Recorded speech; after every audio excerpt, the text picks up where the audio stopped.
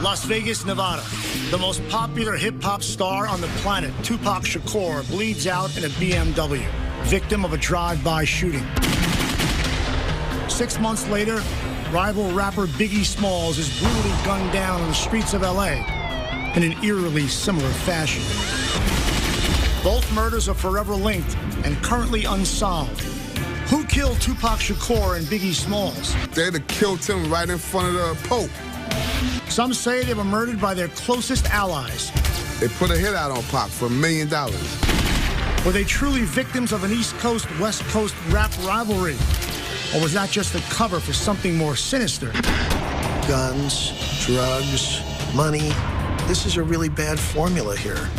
Others believe it was all orchestrated by the U.S. government. Tupac's murder and Biggie's murder, they couldn't have been done by just gangbangers. These were professional hits. Mystery? Not for long.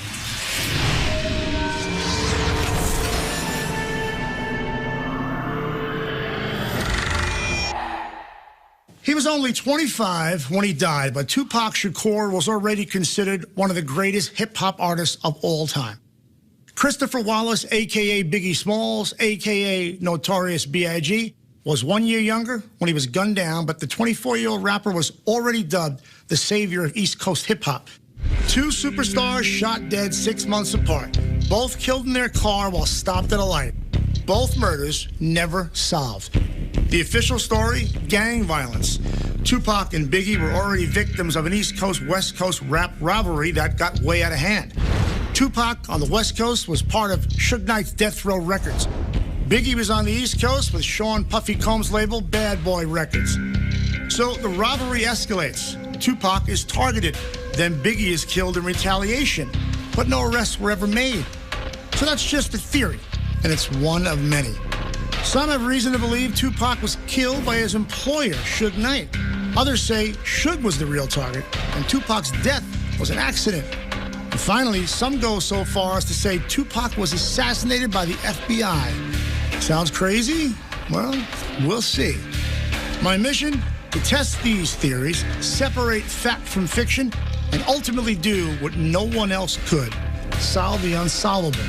First, let's find out what we really know about the nights these two murders took place. Tupac and Biggie, they were both at the top of their game at the time that they were killed.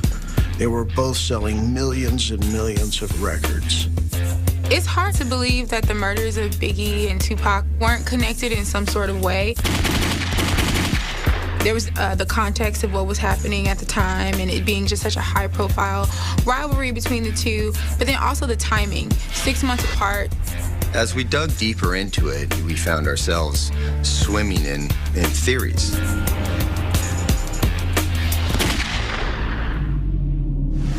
Tupac arrived in Las Vegas on September 7th, and he was going into Las Vegas specifically to attend the Mike Tyson fight. The Tyson-Selden fight was one of the shortest fights in boxing history. The fight lasted about a minute and a half. It was that fast. And so Tupac and Suge did not linger, and they headed out pretty quickly. Las Vegas is east, west, south, north. There are only a couple ways to get anywhere. Everything's crisscross. So they were headed down one of the routes from the Strip to get to the club. Tupac's music playing like crazy. Sunroof rolled open, and Tupac's elbows out the car window. They got up to the intersection at Flamingo and Cobalt. They faced a red light. A white car with some passengers in it rolled up right beside Tupac and Suge's BMW. An arm came out and started to open fire on the vehicle.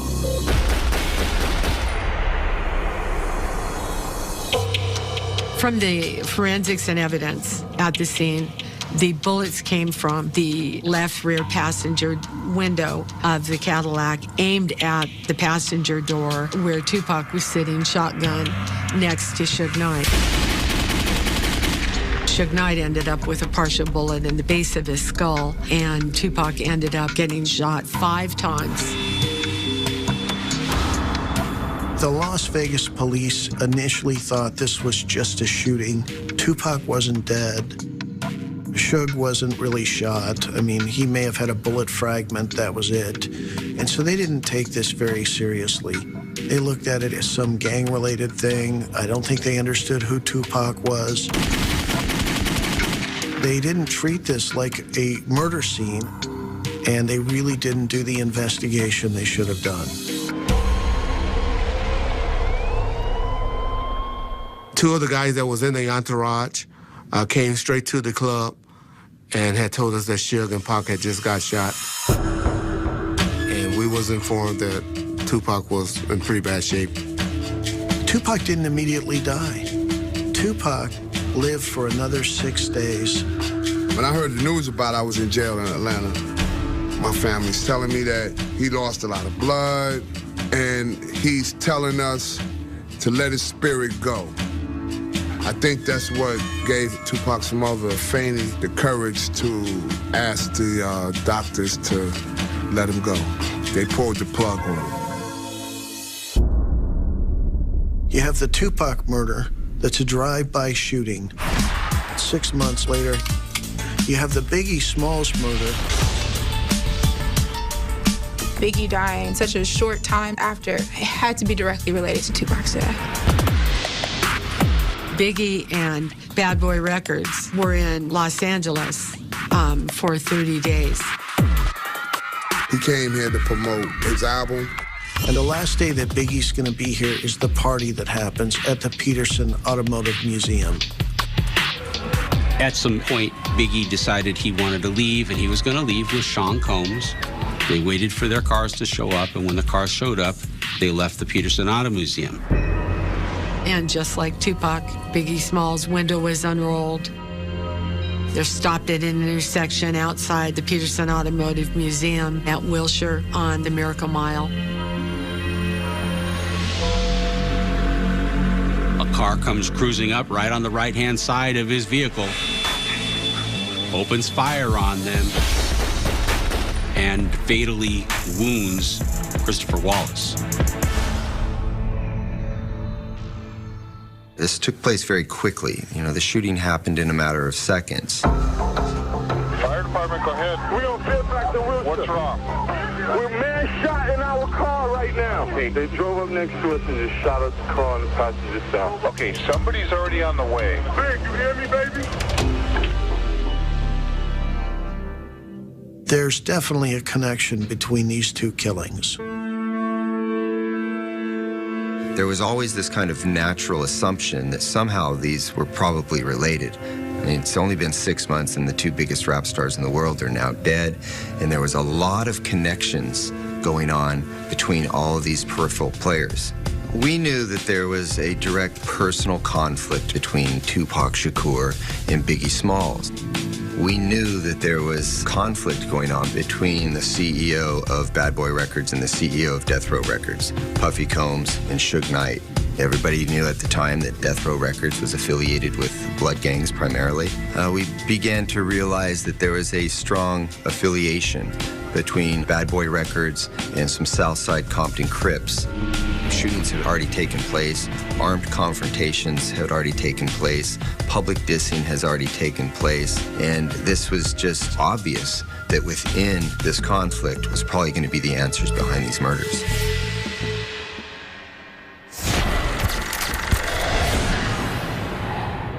Yeah, it's definitely looking like these two murders are connected.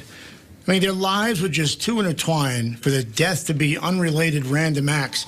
But my question is, how are these shootings connected? To answer that, I need to know more about Tupac and Biggie's relationship.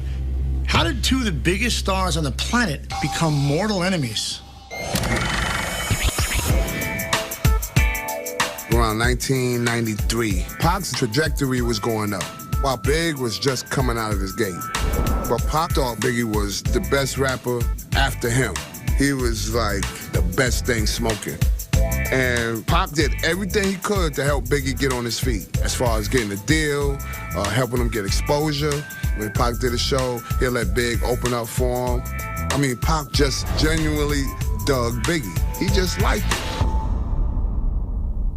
The East Coast, West Coast hip-hop war began when Tupac went to record at Quad Studios in New York City. Biggie Smalls and Puffy Combs happened to be recording there as well. And Tupac got robbed. He was almost killed. He was shot 5 times. And not only was he shot, he was stomped in and out of consciousness. That's what the beef was. It was that he got shot and almost murdered. Tupac held Biggie accountable for what happened to him at the studio. Being ambushed on someone's own property or on their own territory, he didn't hold him responsible, but he held him accountable. It was the catalyst for Tupac really coming hard at their camp.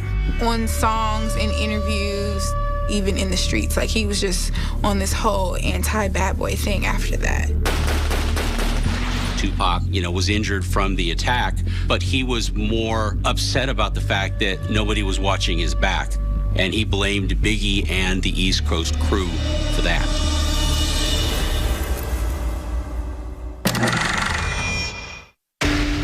In 1996, Tupac Shakur was shot dead in Las Vegas. 6 months later, Christopher Wallace, a.k.a. Biggie Smalls, was shot dead on the streets of Los Angeles. 2 eerily similar murders forever linked and still unsolved. Were they victims of an East Coast, West Coast rap rivalry? Or was that just a cover for something more sinister? So we know Tupac and Biggie started out as friends. But after Tupac was robbed and shot 5 times in a New York recording studio, he blamed Biggie and his East Coast crew for not protecting him. The way Pac saw it, he was on Biggie's turf, Biggie should have had his back. Fine, but that's just a beef between 2 friends. The East Coast-West Coast feud was being played at the highest level between the CEOs of Death Row and Bad Boy. So was it possible Tupac and Biggie were just pawns in their high-stakes game? A striking resemblance in the Biggie Smalls shooting to Tupac's was that both their record producers were with them in either their car or a car ahead when they were shot. We knew there was a history of bad blood between the CEO of Bad Boy Records, Puffy Combs, and the CEO of Death Row Records, Suge Knight. When it came to the money, this rivalry became heated and bitter between Suge and Puffy. Suge Knight is a Compton native. He then became the CEO of Death Row Records. He began to bring gang members from his neighborhood on as employees. Suge owned LA at the time. He's big, he's got a lot of money, he got all these gangsters around him all the time, and they violent. There's always guns, or there's always blood. People are scared to death of him. Scared of him. And then on the East Coast, you have Sean Combs with his record label. After Tupac was shot, Puffy Combs was on high alert, and so he made a habit of hiring bodyguards. And when he was in LA, he would hire the Crips as bodyguards. So you had all of these different interests and gang interests. That was just a toxic stew.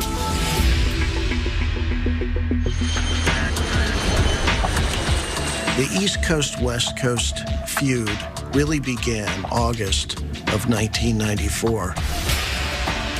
The bodyguards of both Puff Daddy and Suge Knight. They were in a club, they got into a huge argument.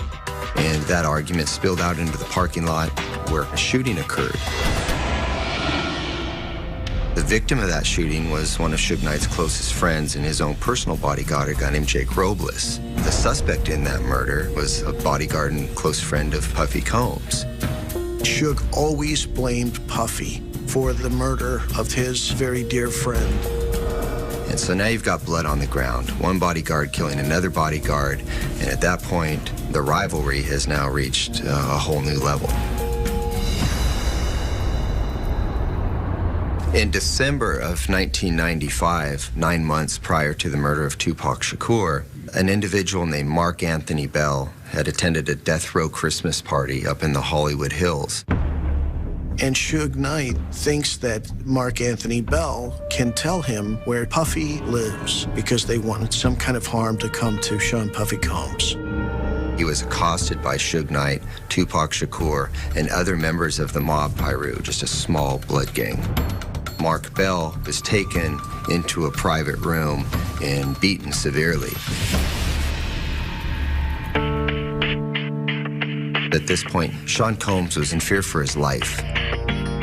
He knew that Suge Knight was hunting him down.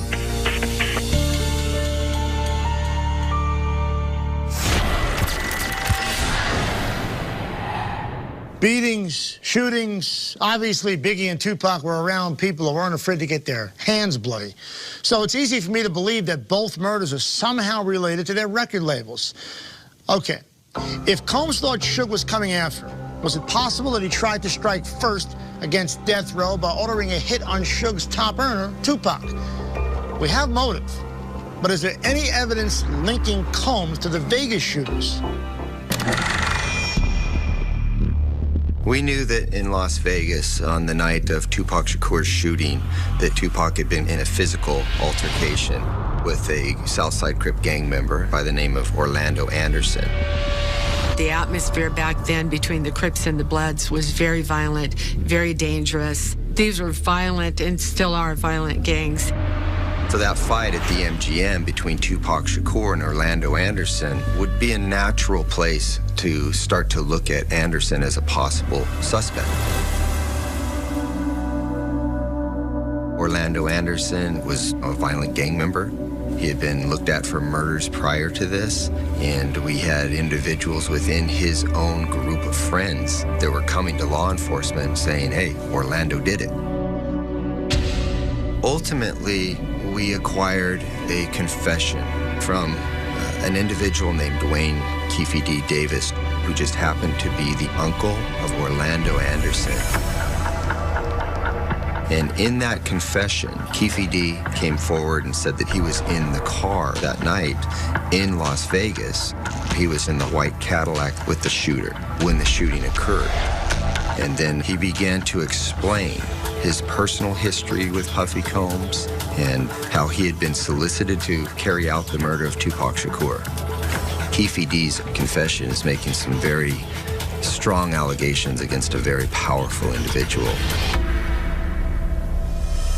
It was a hit on him and Suge, not just Pac, on Suge too. Sean Combs was extremely desperate.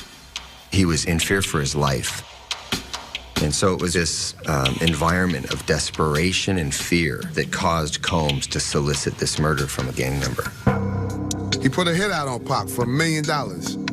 The gangsters would have did it for $5,000. When he told them that he would give them $1 million, they'd have killed him right in front of the Pope. Keefe D advised us that the beating of Orlando Anderson at the MGM set the stage for Tupac's murder. That was what put into motion an agreement that had already taken place. They played out like this. Orlando calls his uncle, man, that mother just, let's go, he just stomped me out. He's X'd out, he's done. Orlando's uncle says he stomped you out, you knock him off, you know what I'm saying? Instead of me doing it, you do it. And that's exactly what happened.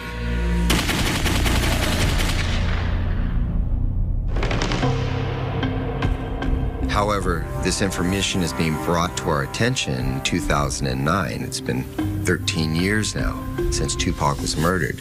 And we know that we're going to have to corroborate this confession on multiple levels before we can move forward and say that this is not only a viable confession, but the definitive explanation.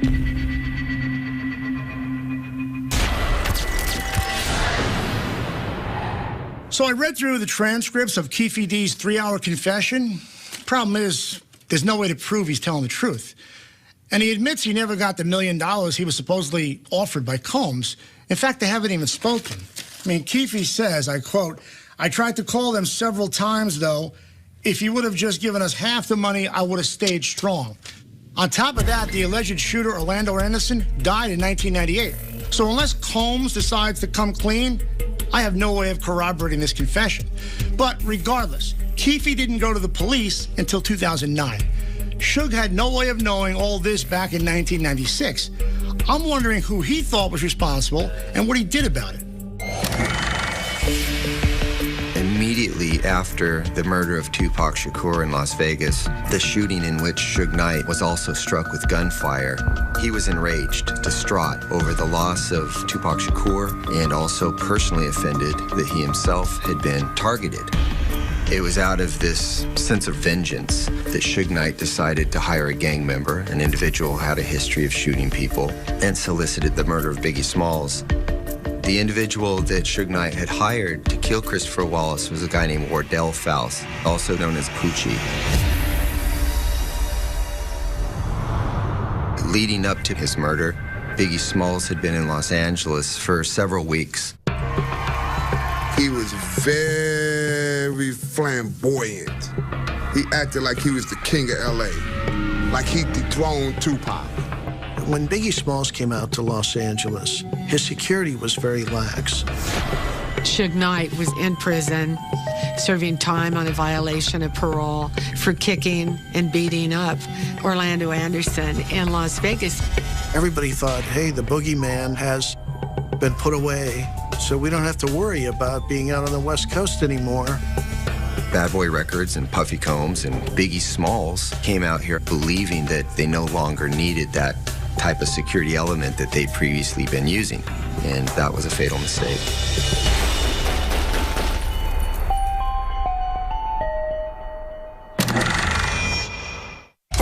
In 1996, Tupac Shakur was shot dead in Las Vegas. 6 months later, Christopher Wallace, a.k.a. Biggie Smalls, was shot dead on the streets of Los Angeles.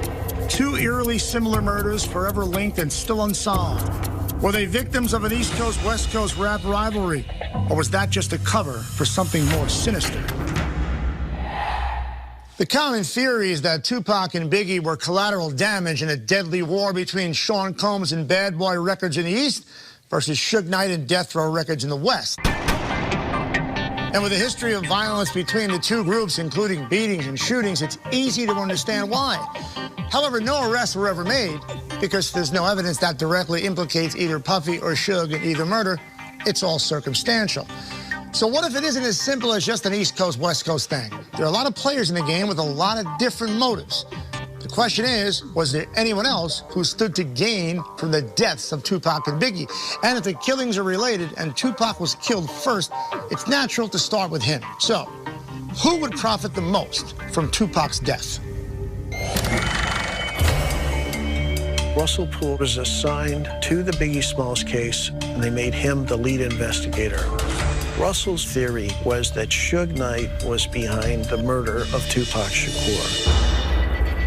And he felt that Suge was brazen enough to sit in the driver's seat while Tupac was being shot in the passenger seat. There was a motive on the part of Suge Knight to go out and have Tupac killed or assassinated. Tupac was threatening to leave the record label. He was reaching out on his own. He wasn't happy with the arrangements that they had as far as the money he was receiving. There were a lot of reasons that Tupac wanted to go off and do his own thing, and that's pretty much been proven to be true. Tupac passed away with no money. Even though he was selling millions of records, he wasn't getting checks. You know, when Tupac needed something, Suge had to get it. It's kind of like Suge Knight was holding his purse. And just like so many other artists who were jumping ship at that time, Tupac wanted out. If Tupac was going to leave Death Row Records, there's a chance that he could have sued and he could have taken his music back and released it on a different label. Death Row Records and Suge Knight wouldn't want that to happen, so why not kill Tupac? I think at the time of Tupac's death, Suge Knight did owe him like $10 million, and I'm not really sure where all that money went, but it definitely didn't go to Pac. When you think about how callously he's treated other individuals that he's had relationships with, it's not beyond the realm of imagination that Suge Knight would have done something like this. I mean, this is a man who supposedly dangled Vanilla Ice from a balcony. All of the clues pointed towards this theory that Suge Knight may have been behind this murder. Tupac really did not want to go to Las Vegas. But Suge says, look, come down to Las Vegas, we'll smooth this whole thing over, and I'm gonna pay you everything I owe you.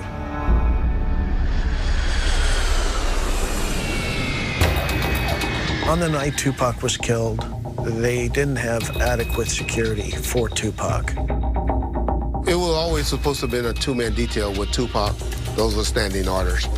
But it was only one guy that went with him to the fight. They were told not to carry weapons that night. One of the bodyguards, Michael Moore, refused to relinquish his weapon. He had a permit to carry it, and he didn't want to give up his weapon.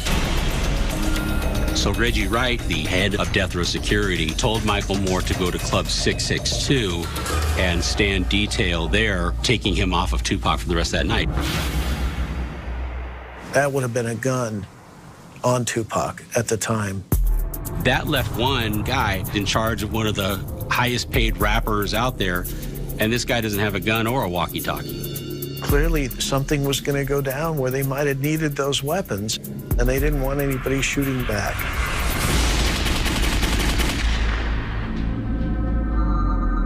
Right at the time Tupac was shot, Michael Moore heard "Got 'em" come over the radio. So clearly there were spotters. There were people who were telling everybody that was in on it what was happening, kind of a play-by-play over the radios. All of these elements contributed to this theory that Suge Knight was essentially responsible. So Tupac was killed by Suge Knight for the hundreds of millions of dollars that music was going to generate. But why would Suge Knight kill Biggie Smalls? Biggie Smalls was killed to cover Suge Knight's tracks, to galvanize the East Coast-West Coast feud, and to throw investigators off the track of who actually perpetrated these murders.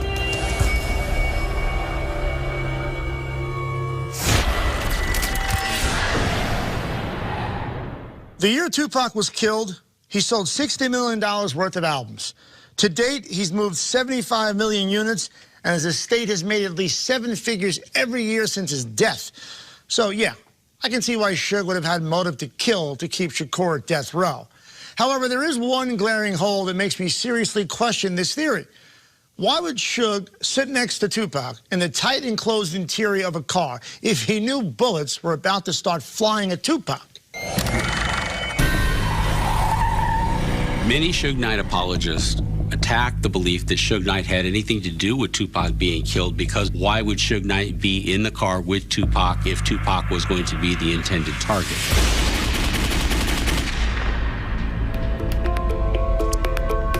Many years later, new evidence surfaced. We received a letter from a well-respected reporter with Fox News. And it had been a letter that he had been given many years earlier. And this letter was given to him by people who had alleged themselves to be part of the shooting.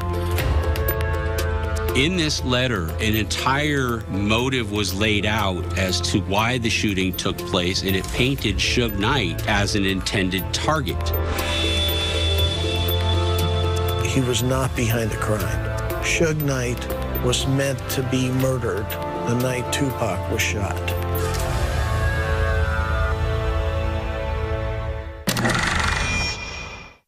In 1996, Tupac Shakur was shot dead in Las Vegas. 6 months later, Christopher Wallace, a.k.a. Biggie Smalls, was shot dead on the streets of Los Angeles. 2 eerily similar murders forever linked and still unsolved. Were they victims of an East Coast-West Coast rap rivalry? Or was that just a cover for something more sinister? So what do we know so far? On the surface, it looked like Tupac and Biggie were victims of an East Coast-West Coast war. But after digging deeper, I learned Tupac was planning on leaving death row, a move that would cause Suge Knight's record label to lose millions. As some believe, Suge was willing to kill to keep Tupac's publishing rights. And with that much money at stake, anything's possible. But if Suge ordered the hit, what was he doing in the car, sitting shoulder to shoulder with the target? I mean, Suge is brave, but he's also shrewd. I can't imagine he'd put himself in that kind of danger. And now that I'm thinking about it, how do we know that Tupac was even the intended target? They were sitting in Suge's car, after all. Is it possible that the trigger men were aiming for Suge all along? And if so, why? Suge Knight was actually a victim that night. When Las Vegas police started the investigation, they focused on the shooting of Shakur. But if you take Tupac out of it, it was the shooting of a head of a record label. If somebody had shot at David Geffen or Steven Spielberg driving in their car, we'd see police all over the place investigating this. But because of Suge Knight's gang affiliations and because of the things he was tied up in, even the shooting of a head of a record label wasn't enough to get traction. Many years later, new evidence surfaced, including a confession letter and a new witness that stepped forward, whose name was Death Row Dave, and Death Row Dave happened to be Suge's limousine driver. A journalist named Chris Blatchford brings out the confession letter. It says, you know, I don't know if you're interested in this, but I received it in 1998. I believe what the confession letter says has weight. I believe it has merit. The confession letter basically lines everything up so that all of the things Russell believed about Death Row Records being behind a murder, all of those clues line up with this. According to the letter, certain parties that were affiliated with Suge Knight were very unhappy with the way that Suge Knight was running Death Row Records. Reggie Wright, Suge's head of security, who himself always wanted to run a record label, had an interest in watching Suge Knight not be here anymore. Now, allegedly, Death Row Records had been started with drug money. And some might say the record label was involved with money laundering. So you have Suge Knight running an organization that most of the players involved would prefer to keep quiet. But Suge, unfortunately, decided he wanted to believe his own press. So every time Suge Knight showed up to do something, the media was there. And he started showing up on the cover of magazines. And suddenly it became more about Suge Knight, the celebrity, Suge Knight, the guy who was out front. And it was drawing a lot of attention to some people that really didn't want to have that kind of attention. In 1996, Death Row Records is worth $500 million. There's a lot of people that are really upset with Suge at the time. And so if you're Reggie Wright Jr., it only makes sense that if something's worth $500 million and you're tired of being harassed by the guy who runs it, why not just kill him and take it from him? Guns, drugs, jealousy, money. This is a really bad formula here. And it all comes to a head on September the 7th, 1996. The alleged shooters were Piru Bloods. According to the confession letter, they were hired by Reggie Wright Jr. at what was supposedly a gang summit. Reggie Wright Jr. is the head of security. He's the one who decides whether or not people have guns, what routes they're going to drive. So he's in a perfect position to know where the people are going to be if they're going to be murdered. Reggie Wright provided information as to the whereabouts and locations of the crew at the time that they were in Las Vegas for the Tyson Seldon fight. You look at what happens after Tupac is killed and after Suge goes to jail, you have complete confusion at Death Row Records. It's total chaos until Suge signs over the record label to Reggie Wright Jr., and then all the chaos stops. So you have this alleged confession letter and the events as they transpired in Las Vegas, and one by one, as we started to look at the letter and look at the allegations that were made in it, this letter began to get legs on its own. We started to realize that maybe Suge Knight had absolutely nothing to do with Biggie's death either, because he was in prison. And everybody wants to say, oh, Suge Knight was making phone calls from prison and Suge Knight was dictating, and he certainly could have if he had wanted to, but I don't believe personally that Suge Knight called out for the killing of Biggie Smalls as retaliation for the killing of Tupac Shakur. But that doesn't mean that Suge's people weren't very active in bringing down Biggie Smalls. Everything started to come full circle. It started to lead back to Death Row Records. Conspirators that wanted to take out Suge Knight at the time, they had a real problem on their hands because now Suge Knight was alive. And what are you going to tell Suge Knight? Hey, somebody just tried to shoot me. Now, if I'm the head of a rap record label and a car rolls up beside me and opens fire on me, I think I'd want to know who did it and why. So he's going to go to his head of security, Reggie Wright, and say, who tried to shoot me? Oh, we wanted to kill you. He can't give him that answer, so what does he say? Oh, it's part of an East Coast, West Coast war. It's a gang problem. Reggie Wright is pinning it on somebody that they can't track down. It's this nebulous force. It's this blob of people. So when it came time to get rid of Biggie Smalls, and this is the saddest part, Biggie was killed for no other reason than to advance this theory that the conspirators that had tried to take out Suge Knight were putting forward. Biggie Smalls is an innocent. He did not deserve to die. He certainly did not deserve to die in this manner.